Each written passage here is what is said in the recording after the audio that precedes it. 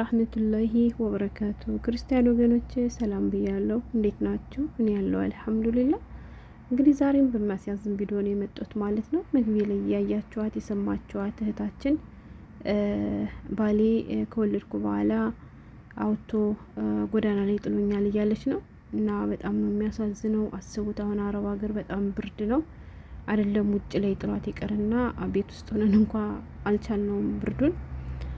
በዛ ላይ ደግሞ እሷ የተናገረችውን ባልሰማም ሌላ ቪዲዮ ላይ ስትናገር ሰምቻታለሁ፣ በአማርኛ ማለት ነው። ጓደኛዋ ምንም አይነት እቃ አልተወላትም፣ ስልኳን ሳይቀር ማለት ነው። አስቡት እንግዲህ ስልክ አልቀረ፣ ብር አልቀረ፣ እቃ አልቀረ፣ ሁሉንም ነገር ነው የቀማት። እንግዲህ የምታያት መንገድ ላይ አግኝታ የቀረጸቻት አረቧ ነች ማለት ነው። አረቧ ያው ከቤቷ ሀበሻ ሰራተኛ ስላለ ወስዳት ነው መሰለኝ። ሌላ ቪዲዮ ላይ እንደዚያ ሲሉ ነው የሰማው። እና የሀበሻ ወንዶች አላህ ይይላችሁ። እኔ ምን እንደምናገር አላውቅም። አሁን ይሄን የመሰለ ልጅ ተወልዶለት እንዴት አውጥቶ ይጥላታል? ለማሳደግ ለማስተዳደር አቅሙ ከሌለው ለምን ከድሮ አገባት? እኔ ወላሂ እህቶቼ ማለት ነው በስደት ናቸው አታግቡ እምላችሁ በምክንያት ነው። ለምን ብትሉ ከሀገራችን ላይ ብናገባ ቢያንስ ቢያንስ ቢያንስ ቢያንስ ሌላ ነገር እንኳን ብናጣ በነጻነት በራሳችን ቋንቋ ማውራት፣ በራሳችን ቋንቋ ብሶታችን መናገር ቀላል ነገር አይደለም። እንዲሁ ሌላ ነገር እንኳን ብናጣ ገብቷቸዋል። ደግሞም እርግጠኛ ነኝ ከሀገሯ ላይ እንደዚህ አራስ መጫት ይህን የሚያምር ህጻን ልጅ ይዛ መንገድ ላይ ብትወጣ፣ ጎዳና ላይ ብትወጣ አስችሎ ዝም ብሏት የሚያልፍ ህዝብ የለም፣ የኢትዮጵያ ህዝብ ማለት ነው። እና አላህ ያድላቸው። በስደትም ተጋብተው ወልዶም ጥሩ ደረጃ ላይ የሚደርሱ አሉ። አንዳንዶቹ ደግሞ ለለት ስሜታቸው ማብረጃ የሚፈልጉትን ነገር ካገኙ በኋላ በሴት ህይወት እንደዚህ ጥንባጥንቢ የሚጫወቱ ብዙ ግፈኛ ወንዶች አሉ። እና እኔ እንጃ ምን እንደምል አላውቅም።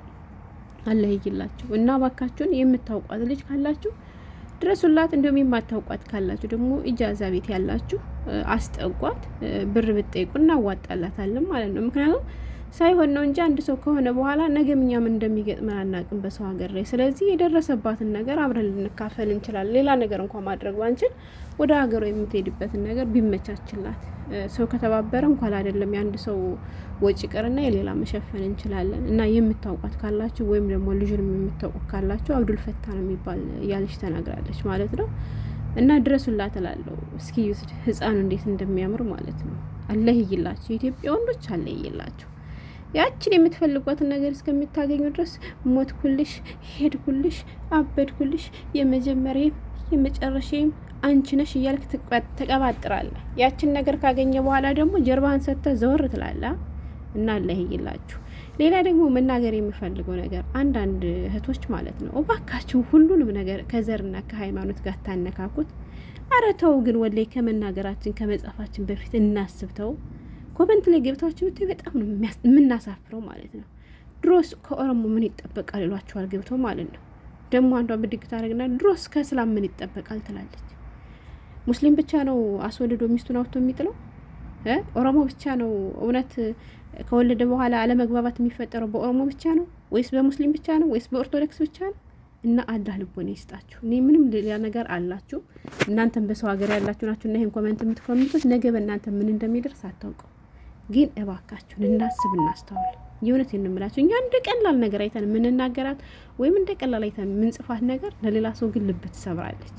እና እባካችሁ መጥፎ ነገር ከመናገር እንቆጠብ። መርዳት እንኳን ባንችል መጥፎ አይውጣል። እና ስለዚህ ሸር አድርጉላት፣ እንርዳት ማለት ነው።